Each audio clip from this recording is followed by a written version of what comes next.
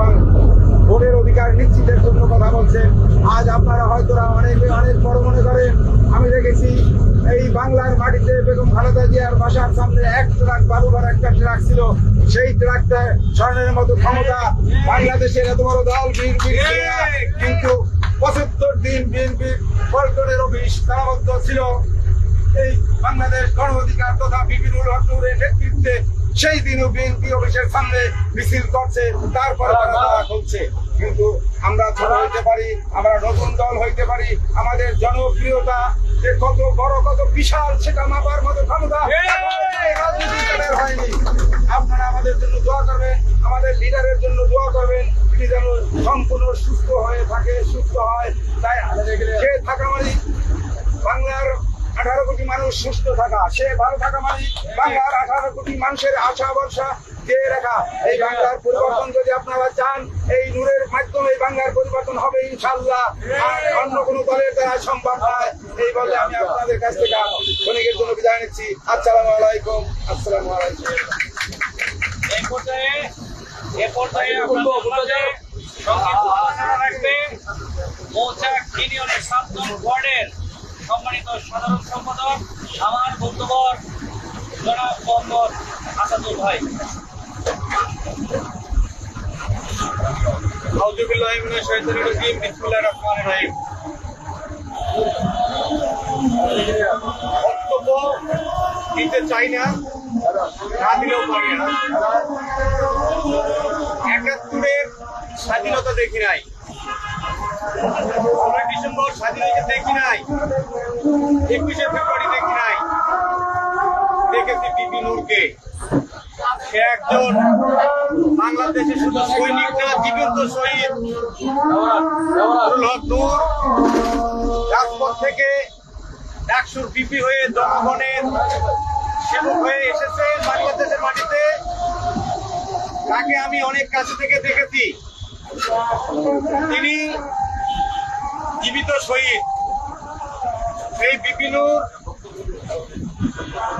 ঢাকায় শান্তিপূর্ণ আন্দোলনেতে যাইয়া যখন আমরা জাতীয় পার্টির সামনে যে গিয়েছি, জাতীয় পার্টির লোকজন আমাদেরকে ইট পাটকেল দিয়ে আমাদেরকে আক্রমণ করে। আমাদের সাধারণ সম্পাদক রাশেদ খান, আমাদের নেতৃবৃন্দ আহত হয়ে যায়।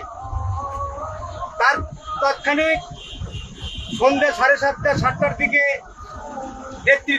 নেতৃত্বের আহ্বানে আবারও মশাল মিছিল বের করি। আবার জাতীয় পার্টির সামনে যাওয়ার পর আমাদেরকে বাধাপ্রাপ্ত করে।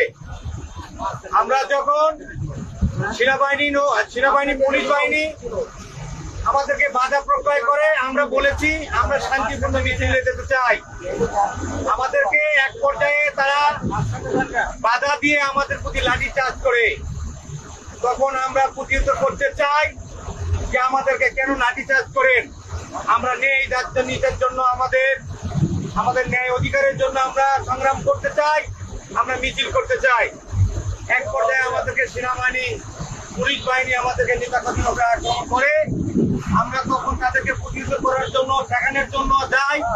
তখন পেছন দিয়ে কিন্তু সেনাবাহিনী, পুলিশ বাহিনী, ক্যাডার বাহিনী, তারা ছাত্রলীগের বাহিনীরা আমার নেতার উপরে দেয়া হামলা করে তাকে মৃত্যুর জন্য নিশ্চিত করার জন্য যেভাবে আক্রমণ করেছে আপনারা দেখেছেন সারা বাংলার মানুষ কিভাবে তাকে নির্যাতন করা হয়েছে।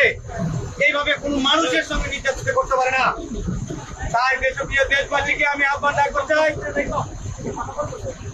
আমি বিপিনুল হক নূর কাছ থেকে দেখেছি, আমি গণ অধিকার পরিষদকে ভালোবাসি, আমি তাই কাছে থেকে দেখেছি প্রত্যেকটা মানুষ তার আদর্শ, ন্যায় নীতি, নিষ্ঠাবান, তার চলাফেরায় যারা কাছে থেকে দেখবে, আমি আশা রাখবো তারা প্রত্যেকটা গণ অধিকারের সাথে থাকতে চায় এবং তাদের পাশে এসে দাঁড়াবে ইনশাআল্লাহ। তার নীতি নৈতিকতা, তার আদর্শিকতা আজ পর্যন্ত বাংলার কোনো মানুষ প্রমাণ করতে পারে নাই। কোন টেন্ডারবাদী, কোন রাস্তার দখলিত, কোন রিস্কার টেন্ডারবাদী, কোন দালালি, কোন দুধ ব্যবসায়ীর সঙ্গে কেউ জড়িত ছিলেন না তিনি। তাই তার আদর্শই আমরা বিশ্বাস করি। আমি আমার জায়গা থেকে বলতে চাই, তার আদর্শ ধারণ করে, তার আদর্শ লালন করে, তার নীতি নৈতিকতার উপর থাকতে চাই। আমার জন্য দোয়া চাই, নেতার জন্য দোয়া করি। তাই সকলের কাছে দেশবাসীর কাছে দোয়া চাই আমার নেতা টেলিজাবের হাসপাতাল থেকে আজকে সুস্থ হয়ে মানুষের দোয়ায় ভালোবাসায় আমাদের এয়ারপোর্টে নামতে চাচ্ছে। আমরা প্রত্যেকটা নেতা কর্মী তার আহ্বানে তার সুস্থতার জন্য তাকে দেখার জন্য তাকে স্বাগতম জানানোর জন্য আমরা এয়ারপোর্টে উপস্থিতের কাছাকাছি চলে এসেছি। পুরো দেশবাসীকে ধন্যবাদ। গণ অধিকারের পাশে আছেন, গণ অধিকারকে ভালোবাসেন, গণ অধিকারে যোগদান। আমার কথা বলে এই বলে শেষ করছি। আসসালামু আলাইকুম। গণ অধিকার পরিষদ জিন্দাবাদ।